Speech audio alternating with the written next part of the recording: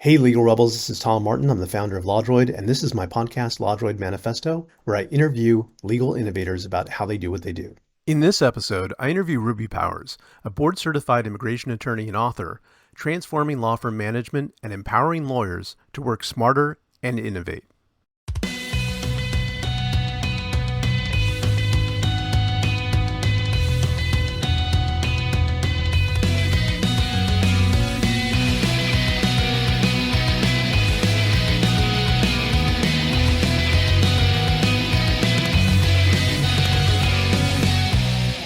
Welcome to the LawDroid Manifesto podcast. My name is Tom Martin, your host, and today I'm very lucky to have on my show Ruby Powers.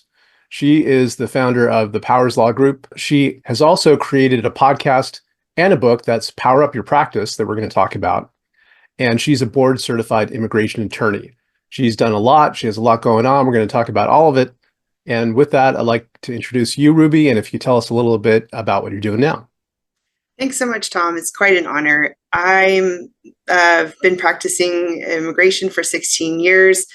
I'm really passionate about it as a child of an immigrant and also child of entrepreneurs along line. So I felt like moving into law practice management, small business consulting just sort of felt natural for me. And that's why I have sort of two verticals, I guess you could say, with the practicing immigration law in my law firm, as well as my podcast and books about law practice management. So excited to be here and having gotten to know you more these last couple of years. It's been great.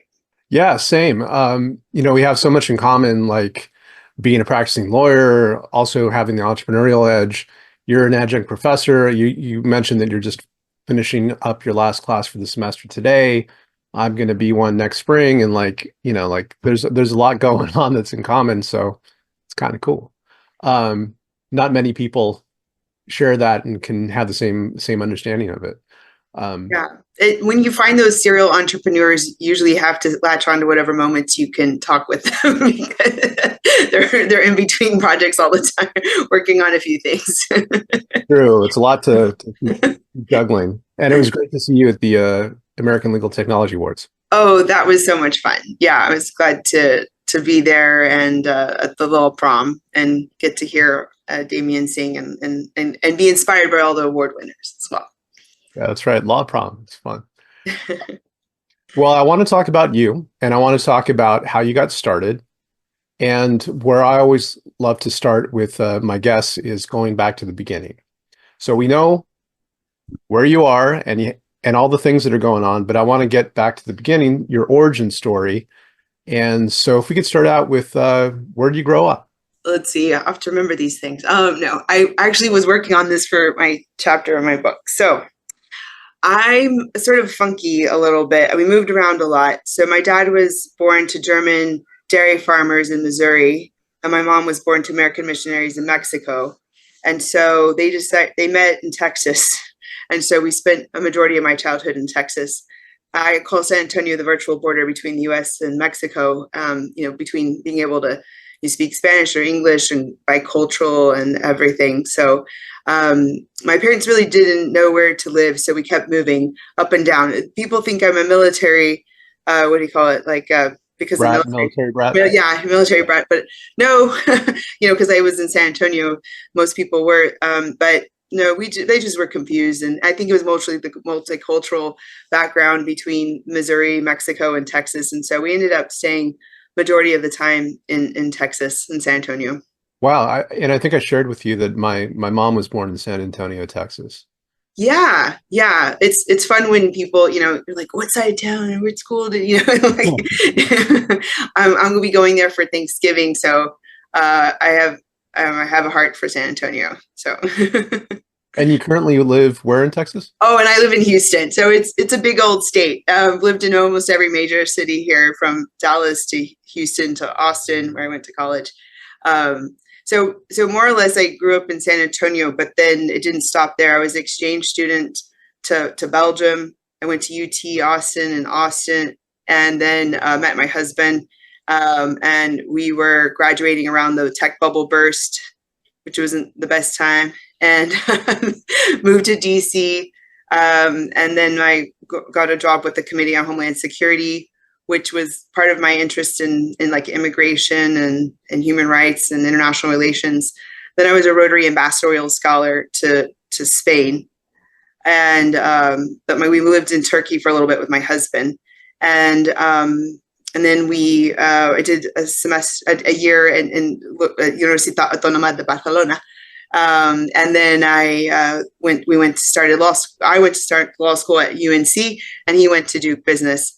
And I forgot I lived in Mexico somewhere in the middle of there when I was in college. But for the most part, we were always moving around, exploring the world, and seeing the world from different perspectives. And I think that helped create my empathy and my passion for immigrants as an immigration attorney.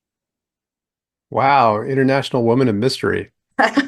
Ooh, yeah, I think I'm like Jason Bourne, but not. Just kidding. I remember seeing on your resume, like your experience in education, that you also studied at in Monterrey, right? Like the Tec de Monterrey, but I was in Cuernavaca. That was my okay. semester in Mexico that I had forgotten to mention. Yeah, because I visited the campus in Nuevo León, but not not the one you mentioned. Yeah, I think that's the primary one for Monterey. But they have locations all around. And what I really liked about that semester was just seeing another part of Mexico, because my family has a ranch and in Saltillo in the north. But when I lived in Cuernavaca, I was able to travel to like Puebla, San Miguel de Allende, Oaxaca, Guanajuato, and get to see more of Mexico, which I still have a lot of family in Mexico. So, and I pretty much go there a couple of times a year now for work or for the ranch. Wow, that's fantastic. My mother, who was born in San Antonio, her family originally came over from Mexico, and my grandfather was from Nuevo León. Oh, So, okay. but unfortunately, like the family ties, we don't have them anymore because it's been so long. It's unfortunate that we don't know who our cousins are over there. Yeah, I can see after a couple of generations or so or more, it can start deteriorating if you or even like three or so. It can be hard to keep that connection going. Obviously, it sounds like you're bilingual. Yeah, well, it was a lot of hard work because I grew up in Missouri as well. We moved around a lot. My mom didn't feel comfortable speaking Spanish to me in Missouri in the '80s, and so for the most part, I learned a lot of it in school in San Antonio, my living in Mexico and in Spain. So, and then having to use it almost every day for work. The funny thing is, I know certain vocabulary like biometrics or oath, or taxes, but I don't know certain slang or food or just some I have like gaps in random vocabulary, but I can get the job done so for consultations and representing my clients. So that's what's important and travel.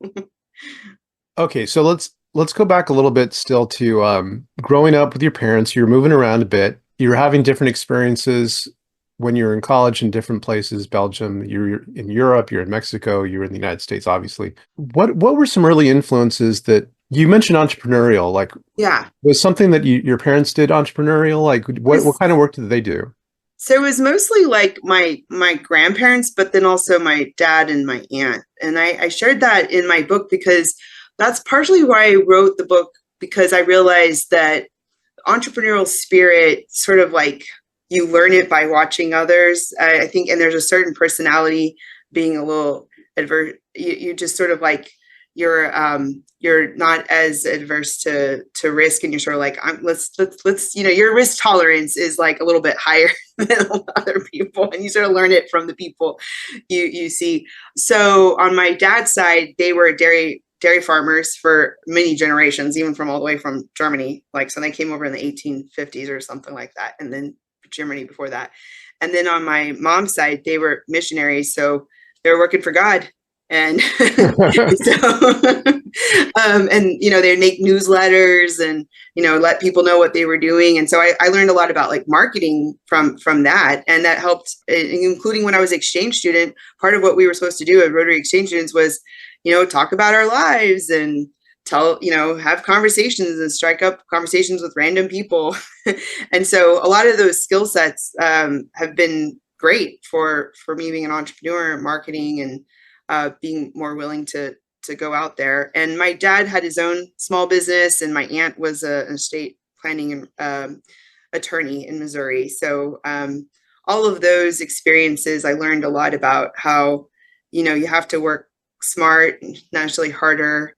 And there can be, you can really just be, depending on how you approach it, you can have a lot of freedom or the lack of freedom, depending on how you approach being an entrepreneur, and sort of just like how smart you are about trying to get ahead. And so that's the reason why I wrote my books, because I was like, let's try not to reinvent the wheel. There's so much that if you could just get a leg up by researching and reading and like learning a little bit, then maybe people could spend more time practicing law and not having to sort of learn from scratch. So for the audience, the two books are: one, Build and Manage Your Successful Immigration Law Practice Without Losing Your Mind, and then Power Up Your Practice, right? Right. And the Power Up Your Practice has a subtitle, Create the Law Firm and the Life You Deserve. Nice. There's a lot I have to memorize, but these titles are pretty long. And it's available on Amazon.com. Yeah, the second book, Power Up Your Practice, is available on Amazon. Yeah. That's really cool. I hope to be able to claim the same thing someday. That would be neat to have it on there. It kind of feels like real, right? Like when no, and it's quite a great practice when you write a book, because it puts a lot of your thoughts together. It's a lot of effort to do that, and by doing so, you also are learning, because to teach, you're learning. And I don't know, I just love the whole thinking, learning, teaching. So much fun. It is, right? Like I think being curious and learning, like it's a benefit in itself. Keeps me young, I think. I know. I was joking with some friends the other day. I was like, so one day I want to like have 4 or 5 places I rotate on, depending on weather. And I just want to be able to go to these places and just like read, work a little bit, and think. And they were like sort of kidding with me when I said think. I was like, no, I mean, really think. Like I know like Bill Gates has like his like is either read week or think week or something like that. But like just the ability to just do that. Like it's so rare to be able to be intentional about it. It seems like you have to be a professor or a gazillionaire or something. I don't know. Why can't It does feel like a luxury sometimes. Yeah. It makes a lot of sense with the early influences you have. And like one thing I've noticed of a number of guests that I've spoken to is being able to see it when you're when you're a child, to see in your parents or people close to you that they are doing it themselves. A lot of it really isn't book learning or like abstract learning. It's actually seeing people that you care about doing things that are interesting. And it really opens your mind to that being a reality, like a real possibility. Well, and when you think about, like, I have 2 little teenager kids, 11 and 13, and you think about what are they observing? I hope they're seeing like the entrepreneurial spirit and maximizing time and, really trying to live life. But I also see like when you see other role models, like even just listening to podcasts of other amazing people, like it's so inspirational. We're like, oh, they did that, I can do that, and I think that goes along with the whole being a leader in your community, being a mentor. And when you can see someone accomplish something that you're interested in, it gives you inspiration, and it makes it more believable that it's possible. So when you went on to university, what did you major in? Oh, yeah. Let's think about. I went to lots of universities, but like the main one, I went to University of Texas because I was doing like dual credit and all those things. I was trying to graduate. I graduated really early, actually. But UT, what's funny about that is I was supposed to be a business honors, and I realized I got my minor in business, and then I went to the school and I said, I don't want to do this anymore. And I converted it to government, and they're like, "Are you sure about that?" Because it was like the coveted one to be in business honors program, and I was like, "Yeah." And so I ended up getting a government degree in a business and a Spanish minor, um, but I took a whole bunch of fun stuff. I made it my own international relations degree because I didn't have it at the time, so I just sort of like did a hodgepodge of things. And then you went to law school after that. Well, no, I didn't go straight. I worked for the Princeton Review in DC, and then the Committee on Homeland Security, and then I was a Rotary Ambassadorial Scholar studying like international relations and in Barcelona, and then I went to law school. So I took about 2.5 years off from undergrad to law school. Tell us a little bit about your experience with Homeland Security, to the extent you could talk about it. Well, I wasn't there very long, but it was fun. It was back when we all had a BlackBerry, and I thought it was so cool because when I would go above ground from the riding the metro, like the internet would work, and then I would get my emails. But when I was underground, I couldn't. And they taught us a lot about it. Was so the creation of DHS was like around March 2003. Subsequently after 9/11. And what they did was they collected like I think around 26 different agencies. They put them all together, and so a lot of the people on the committee were the former chairs of the agencies. I don't know, it was a lot of like sort of jockeying for power. It was really fascinating. I was just sort of like a fly on the wall, newly graduated kid from college trying to understand everything. And I was actually sort of like the executive assistant for my boss, who was the former deputy director of the CIA in Europe. And I was just like soaking up everything. Like I would get calls from famous authors or journalists from like Newsweek, and I didn't know who they were. I was like quickly trying to Google, and try to sound professional. It was pretty funny. Like they would name drop things while I was in meetings, and I was just trying to understand because I was like the youngest person in the room and I was a government major and I had interned before, but I was still trying to get up to speed really quickly. And I got to do some like detail visits with the Coast Guard, and we got visits of the Secret Service locations, and it was fun. It wasn't that long, but I had a great time. Wow, that sounds really cool. And so then you went to law school, and then was it the focus like from year one immigration, or did it kind of come to you over the 3 years? Yeah, I was pretty laser focused on immigration when I hit the ground. I mean, every internship, every, summer, every fall, spring, I was doing something within immigration. And so by the time I graduated, I already had 3 years of immigration experience, and which I sort of got a diverse experience from like nonprofits, clinics, private firms. But yeah, that was pretty much a focus. And I'm really glad I did, because by the time I graduated, the market was pretty bad. It was back in 2008. And I was able to get a job or two, but I got laid off twice in 2009 and then started my firm. But that was 15 years ago this week. So it all worked out. Wow, so 15 years ago this week that you started your own firm? Yeah. So Congrats. thank you. So for having all of that experience in law school really helped me, because I only was an attorney for 1 year for other firms before starting my own practice. Okay, so you got in a bit of experience a lot of experience during law school, and then you were able to hit the ground running when you started your own firm, just a year out from working with other people. Right. Yeah, that's brave. Yeah. My students are like, would you recommend that? And I'm like, I think the thing is that, like, because I had to, getting laid off twice in a year, sort of like a sign, like, you got to do something, you got to survive. And I wanted to start my own firm anyway. It was just, I think the thing is, if your door doesn't slam shut, you'll sort of get comfy, and you might stay, and you're like, oh, I'm paying off my loans and I'm getting experience and this is easier, because it was a challenge to learn how to run a law firm and learn immigration all at the same time. Yeah, but sometimes when we're in a situation where we have to do it, like it all comes together, and it puts a laser focus on what you're doing. for real.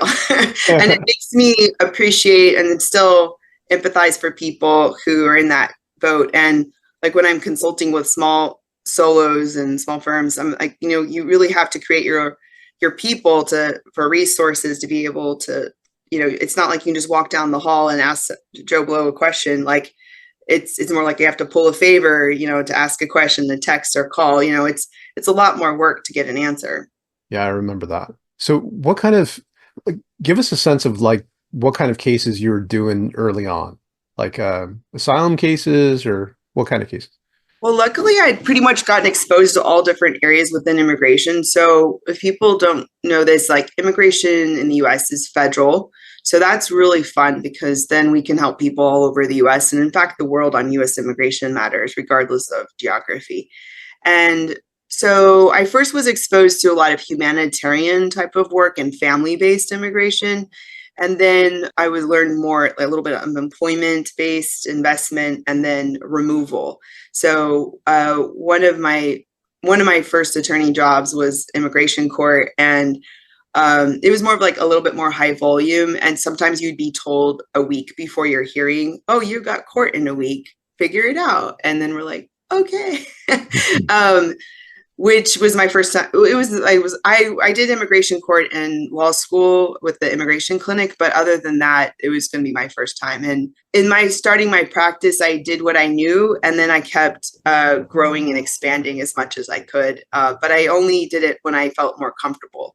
So I played it safe, and then I would expand, and and sort of to this day now, I'm always still expanding within immigration, and I have more complex cases because over time you sort of attract them. All right. So then you got this initial foundation of experience in immigration, and then you went on to get board certified, right? Like what is that process like, and what's the advantage of that? So there's only several states in the US that have board certification. Texas is one of them, and there's a ton of different certifications, which is so much fun. I'm really glad we have it because it's something to like aspire to, like you've got your bar and everything, but the stuff on the bar is not necessarily all the stuff you want to practice. I took immigration, but that wasn't on the bar. And so you had to practice at least 5 years, and you had to have so many court cases, so many family employment and removal cases. And you had to qualify to sit for it, and then you had to. They wouldn't let just anybody take the test, and then you had to take a day-long test of about 6 hours, multiple choice and essay. But studying made me such a better lawyer. It made me connect the dots of how everything worked, and I'm really glad I did it. So afterwards, you pay some dues and you have to do more CLEs than other people do, but it's a small group of people. Like within Texas, I think there's like 180 board certified immigration attorneys in immigration. So, it's sort of like a little bit of a badge of honor. But for me, I really am grateful that I put myself through it because it was like one of the first tests that was on stuff I really, really cared about, as opposed to, the LSAT and the bar and things like that, where I wasn't necessarily practicing or using that necessarily. So when did it come about that you wrote, your first book, Build Your Successful Immigration Law Practice Without Losing Your Mind? I was working on it, and it came out in 2019. So I started working on it in 2018. And I realized I really love Jay Foonberg's book, and Absolutely. I had used an old version of it practice with my firm, and I think there was like a trend to try to have more tailored ones to different subject areas. And so anyway, the American Immigration Lawyers Association and we were discussing, and I had done a lot of work with them. And basically, we struck a deal for me to write the book. And so from like around the fall of 2018 to like the spring of 2019, I was working on it. And since I'd already been producing a lot of material on some committees, I just had to curate a lot of it. And then even when I was working on the tech chapter, I went to the ABA Tech Show, got inspired. So I turned that book in. And then the very almost next day, I ran for office for state rep. That was a little crazy because I didn't give myself a moment to breathe. And then I got second out of a three-way on the primary in March 2020. And then I had 10 days to put my law firm on remote for the pandemic. So Wow. fun times back to back. Then I got a little break after I figured out how to do everything. And I forgot to mention I did live in Dubai for a little bit too. And that, Of course. yeah, of course. In 2011, 2012, I had my firm for a year and a half or so, and I had a 6-month-old, and I landed in a Dubai sandstorm. But anyway, when I got settled, I ran my law firm from like that 10 or 11-hour time difference. I forgot what it was in the end, and that really took my firm to a whole nother level with technology, because the technology was there. I was using Skype and Dropbox and a whole bunch of, GChat and everything. But a lot of people were still doing the in-person consultations. But anyway, that's part of my journey, because I did that really kept me thinking, pushing the envelope in law practice management. And so I kept doing speaking and writing when I came back in that space. And then that led to the book and the subsequent book. When was that again in Dubai? 2011, 2012. Okay, I get it. We built the Burj Khalifa, but it was relatively new. Bit of a sidetrack, but when we moved up here to Vancouver, I'm still licensed in California, but we moved up here about 12 years ago. Okay. So yeah, 12, 13 years. So it was around the same time, running things virtually since then. I think, and maybe you feel the same way, is that, that kind of cross-training, that kind of exposure to running a virtual practice back then made the transition through 2020 and beyond easy. Exactly. I was like, this is my, Dubai 2.0 type of thing, and in fact, because I ran the law firm remotely, even if I were to rewind even more, I knew that we were probably going to move abroad when I started my firm. So I kept everything pretty agile.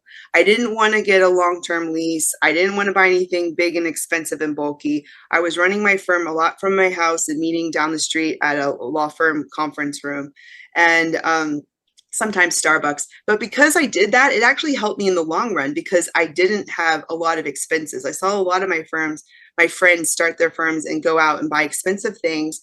And later on, they don't have those firms anymore. And then when we moved to Dubai, it really had to push me to figure out, how am I going to make this work? And I have this pretty interesting story where my assistant told me, she's like, well, you're going to have to go call every client and tell them what you're doing and see if they want to stay with you. And I said, no, I'm going to tell the clients this is how it's going to go down and how we're going to make it work. And I didn't lose anybody. And everyone stayed with me. And in fact, we grew while I was in Dubai. And when I came back, we went from like 1 person to 4 people by the time I landed.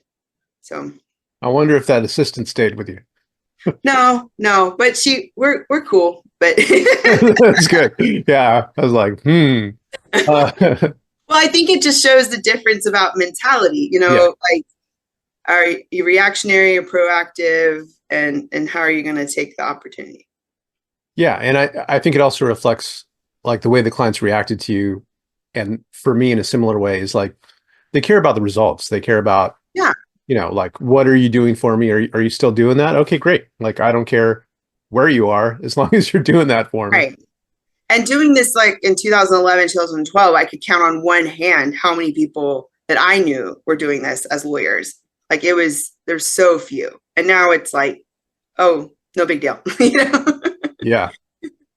So one of the things that occurs to me with like the book and with you kind of focusing on working from different places and stuff like that, is you made this transition, and I'm not saying it's like whole cloth, but you're still a practicing lawyer, but you were also like getting into, educating other lawyers about like how to do this as a business and how to do it differently and all that. Was it the book, or did that transition happen earlier? Or like what brought that together for you? I think, like, I'm always wanting to get challenged. Like, I guess I get bored easily. So I mean, it's good, it's bad, right? And so I think like after I felt like I got the gist of how to run a law firm, and I was writing all these articles for AILA on one of the committees I was on for 4 years, I was like, well, why don't I write a book about this? And why don't I be a resource for other people?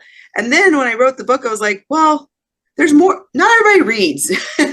And how else can we get information out there, from courses to webinars and consulting? And then, later on, it was going to lead to a podcast. So I think it's a continuation. Like, I think the drive was there. What happened was in 2020, I started Power Strategy Group, my second business about law practice management, small business consulting. Just rewind a second. Like, what's the name of that group? Power Strategy Group. Power Strategy Group. Okay. So yeah, share with us what that's about. So the book had been out, the pandemic had started, and I was like, there's so much need. We're all like wanting some direction on what to do, how to run a firm remotely. And I was like, well, I've done this. I did this in Dubai, and so this doesn't feel unfamiliar to me. It's just, this is weird because everyone has to stay at home, and sort of different scenario, right?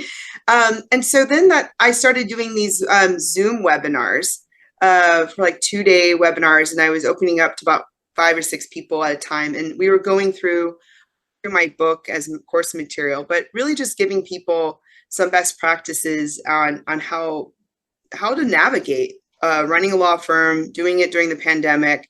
And so I decided to go ahead and create a business Power Strategy Group, which would be my sort of like umbrella for everything from later on more educational materials, podcast, webinar, course, mastermind, those types of things. And so that's 4 years old this coming month, next in December.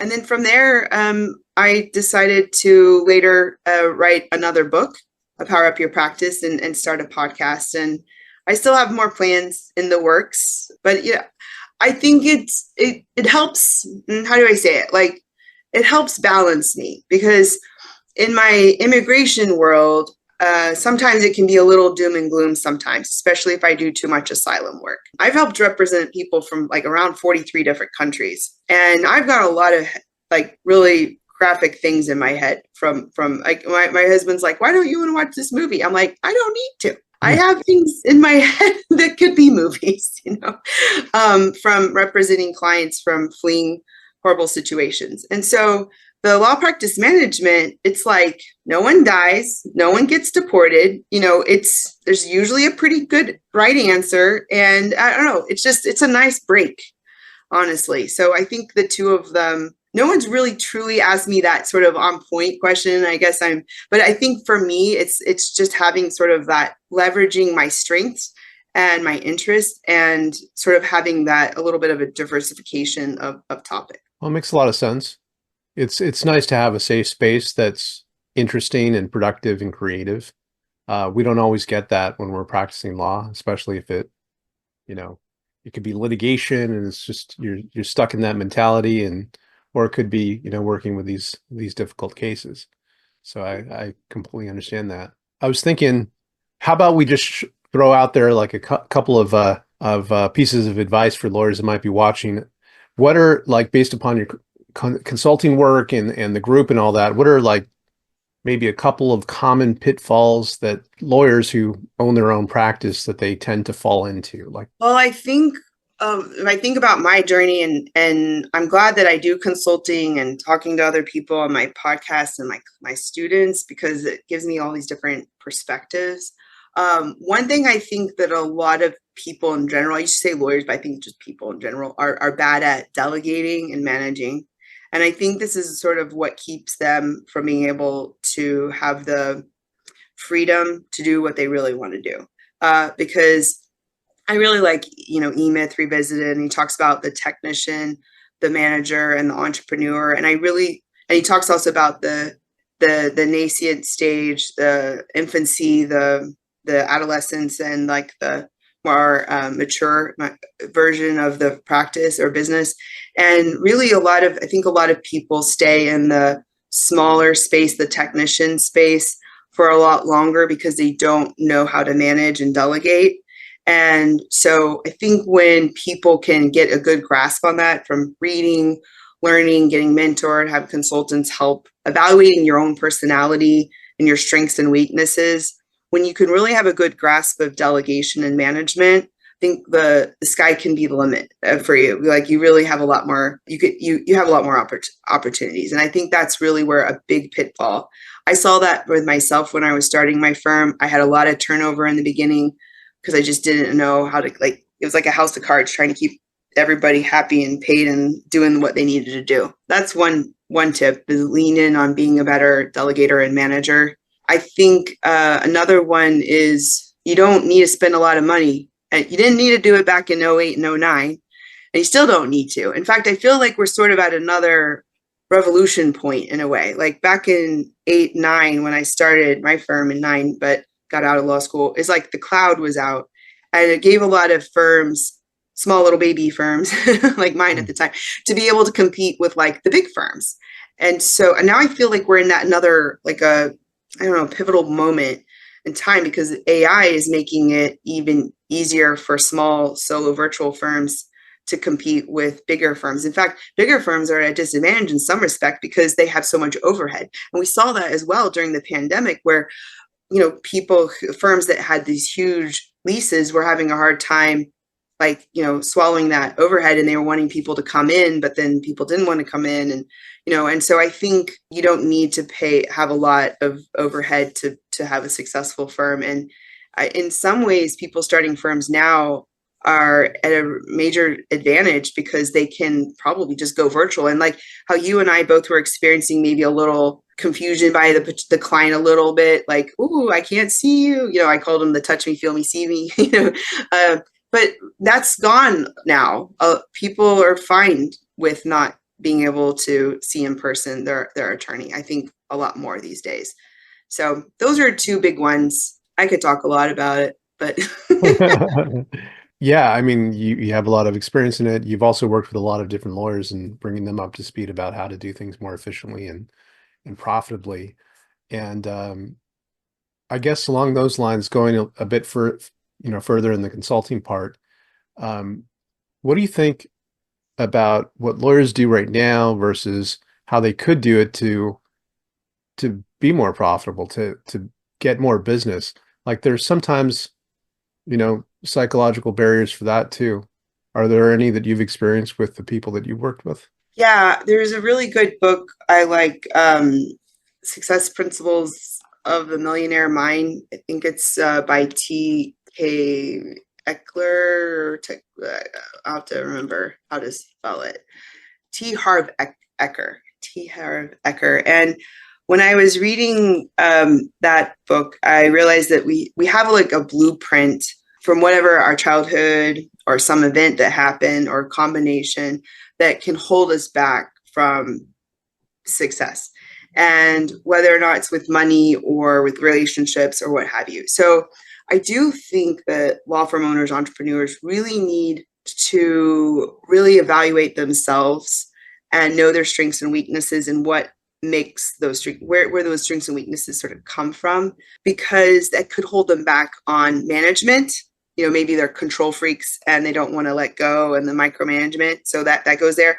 Or maybe it could be about money, like they have some phobia about something and then that holds them back. And or maybe they have a problem with the budget and they just spend and they don't keep a track of it. So like I think the strengths and weaknesses are so critical, but like going even deeper as to where the origin of what makes you who you are is so important. So that's why we need to constantly be evaluating and learning. I mean, I read a lot, I talk to lots of people, and I listen to lots of podcasts and go to conferences. So I think all of that's important.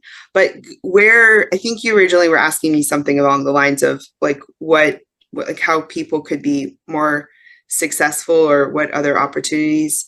I think one thing that's out there, and from having gone to so many conferences, like even 4 tech conferences this year alone, but other conferences as well, I'm really fascinated by this whole access to justice and the latent market of the people who are not being served. Like I'm really trying to wrap my head around like how we can use technology to sort of change our providing of services to those who need it, and listening to, a lot of other people and like sort of thinking outside the box or disruptors. And some of the regulatory changes that are happening around the US. I'm really paying attention to that and trying to see where I could fit in. But I think there's a lot of room for some disruptive growth in that space. And especially with the just ability of and like how inexpensive some technology is and efficiency that we can have these days and being able to do things at a fraction of the cost that it used to be. Yeah, 100%. I agree with you. I think that unfortunately, when people talk about consumer legal services that's tech enabled, it's within the frame of access to justice. Mm-hmm. And I love access to justice. I've done a lot of work in it, but I think that the mental frame that people have when they think about access to justice is that there's no money in it, that it's like helping people that can't afford lawyers, that basically it's like, okay, whatever, and their mind kind of shuts off to any business possibilities there or opportunities. And the thing is that it's just the same practice that all lawyers are doing when they're dealing with people, not businesses. Like any people oriented legal service that you're providing could be, access to justice. It's just that you're using technology to make it easier to do and make it scalable. And I think there's many opportunities, especially immigration. Um, but to get back on the thread though about your progression, I think that, naturally you became a professor. Like everything you've been doing is like, learning stuff and then like giving it back to people and kind of paying it forward. So how did that transition happen to becoming a professor? Well, the funny thing is that that was on my like 10-year goals list. And it was like one of the very last, run for office, write a book. And then I was like, oh, be a professor. Darn, I'm getting close to my deadline, And so the assistant that helped assist me when I was writing my first book, her mom was a dean at the law school. And that mom taught law practice management in an intersession, like sort of like a week-long course.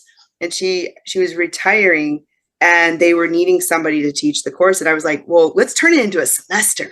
It's like, there's so much content.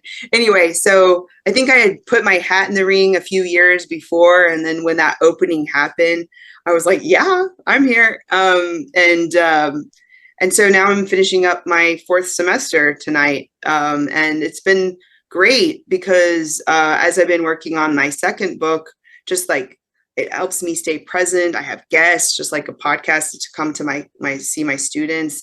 And I get to hear what they're thinking and seeing. And, they're at a lot of law firms too. So that sort of keeps me up to date with what they're seeing and trends. And it was giving back and helped me stay present when I was writing my book. And I mean, I just sort of between the podcast and the book and the course, I'm just like living in it, and running a law firm. Wow. How do you juggle it? How do you keep it all? People talk about work-life balance. Is there such a thing, or have you just kind of merged it all together to make it work for you? Just like some people, wear the same clothes or, eat the same food, or I try to be very efficient with things. Like I don't really cook a lot. I don't eat a lot. I don't drive a lot. I made my office and my house and my kids' school super close to each other. I leverage my assistants. I have an executive assistant. I have one for the other company, and then I delegate a lot. During writing that second book was tough, but I had written the first one, so I didn't have a lot of personal time. So now I feel like even though people are like, "What? How much do you have time do you have?" I was like, "Well, not writing a book means I have all these nights and weekends to myself." I feel like so free. I don't know. I think I've always been a little bit like this, and I get excited about these types. I have a sort of a high energy level too, so I try to delegate a lot. I do have to work on the balance, but I think the last few years I've also worked on like more of the self-care and working out and having more free time and just time to think and journal. And I got a little bit into Reiki the last couple of years too. So I think that's helped me to stay grounded. I really got into it just to stay into practice of law and immigration because I was trying to find how I could make sure that I could still help zealously advocate for my clients, but then not have vicarious trauma through all their stories. But it's a constant juggle. Yeah. Well, I hear that. And throughout it all, like there's this constant juggle. There's a lot going on. There's a lot of great learning that happens from that. But at the same time, what for you is that driving force behind it? Like, is it just why, that you've been doing it for a while and you just continue to do it, or like what's underneath that? You've asked some very probing questions. This is fun being on the other side. I think I've always had this sense of wanting to help others, and watching my grandparents dedicate their life to mission work, and giving pretty much that their whole life dedication. I don't know, it just sort of rubbed off on me. So, I knew even when I write my scholarship essays back in high school, it was like I wanted human rights, international relations, and law. And I'm doing it. I'm doing asylum, I'm representing people, I'm in law, and also business. So I'm doing all of those things. I just didn't know what it was going to look like when I was in high school. I want to constantly learn. I want to help those in need. I want to help those who can't help themselves for whatever reason, like they need that extra push. And I think that's what I see with my clients. And then I also see it with those in business, because I feel like I've had a little bit of a good understanding of it, and I want to give back to those because I was a child of an entrepreneur and a grandchild, and I saw that if they would have had a little better business acumen, they might have had a little bit more time to hang out with their kids or to have a little bit more work-life balance. And so I think about that. I think about from being the child. And also, small business is like the bedrock of our economy. And I think about how important it is, from whether it's my clients and their businesses, or just sort of like how the world works. And I think it's a challenge to run a business, but there's some best practices, and I want to be there for people and help guide them. So I think it's just that general drive to help others and constantly learn and improve myself.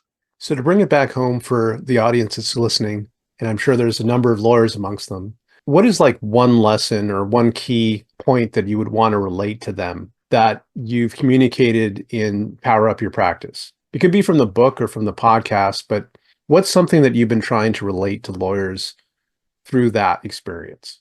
Well, it's hard to distill it down to one, but I think maybe just from everything I've just said and what I do is, constantly learn and improve yourself and see the world from different perspectives. Like, I was reading so many business books, my family was sort of making fun of me, and I was getting annoyed because I kept reading the same thing after a while, and then I went over to self-care or self-help genre, and then now I'm moving over to a different genre, and it's so much fun when I start piecing things together. So I think it's like that Japanese concept of Kaizen and constant improvement. I think we need to do that as law firm owners, business owners, lawyers, parents, community members, people out there, seeing the world from different perspectives. The more we learn, the more you could understand a little bit why someone might think something differently. Every day is never boring here at my law firm. I learn from so many people from other countries. And in reality, I might have lived in I guess 6 countries or something, but it's like I'm constantly living abroad by living in, working in my office, because my clients keep me in touch with the world outside. And I think it's probably just never being complacent and constantly learning, and how valuable it can be from your life and your business and in your practice. That's all great advice. And I completely agree with that. A superpower is being curious and remaining open-minded to learning new things, because especially right now, we're learning that things are changing constantly, almost daily when it comes to technology, and that being a continuous learner is a superpower and advantage right now. Personally, I think it's going to continue this way, unfortunately, because it does get tiring sometimes. You just want to, take a break, but it's also thrilling in another way that there's so much new stuff that there's a lot of good things that could come from it in the future. I think echoing that concept as well is just looking at change as an opportunity. I think Peter Drucker is one of the first ones who's known for saying something along those lines. I've been doing a lot of talks with immigration attorneys about how we need to prepare for a lot of change. But I was already talking about this with the regulatory changes, the AI change. There was already a whole bunch of other major themes in my law practice management speeches. And now there's this other big one to it too. So I'm getting a lot of memory to the beginning of the pandemic a little bit, and just how you need to focus on what you can control and what can you control, what can you not control, what do you know, what do you not know, and lean into what you can do, but then constantly be learning and evaluating. And so I think the being able to be agile and adapt to change and not look at it as a threat, but an opportunity is another key theme that we need to have, especially as we're seeing so much change in the technology space. Well, that's fantastic, Ruby. Thank you so much for your words of wisdom. You're welcome, Tom. Thanks for being on my show. I really appreciate it. Getting the chance to know you better. Oh yeah, this has been a pleasure. Lots of fun. I appreciate it so much. So, Power Up Your Practice, the podcast and the book available on Amazon, right? Yeah. The book is available on Amazon, ready for you to explore and learn. And how else can the audience keep in touch with you? You can find me on LinkedIn, Ruby Powers, and then you can email me at ruby@rubypowerslaw.com, and we can stay connected. But either LinkedIn or ruby@rubypowerslaw.com. And I also have a website, Power Up Your Practice and Power Strategy Group, but it might be a lot to remember. Well, thank you so much, Ruby. And I also want to thank all of you for tuning in. See you next time. Thank you so much for watching the latest episode of the LawDroid Manifesto podcast. To keep in the loop about upcoming episodes, please subscribe to LawDroid Manifesto and you'll get notified. Thanks for watching. See you next time.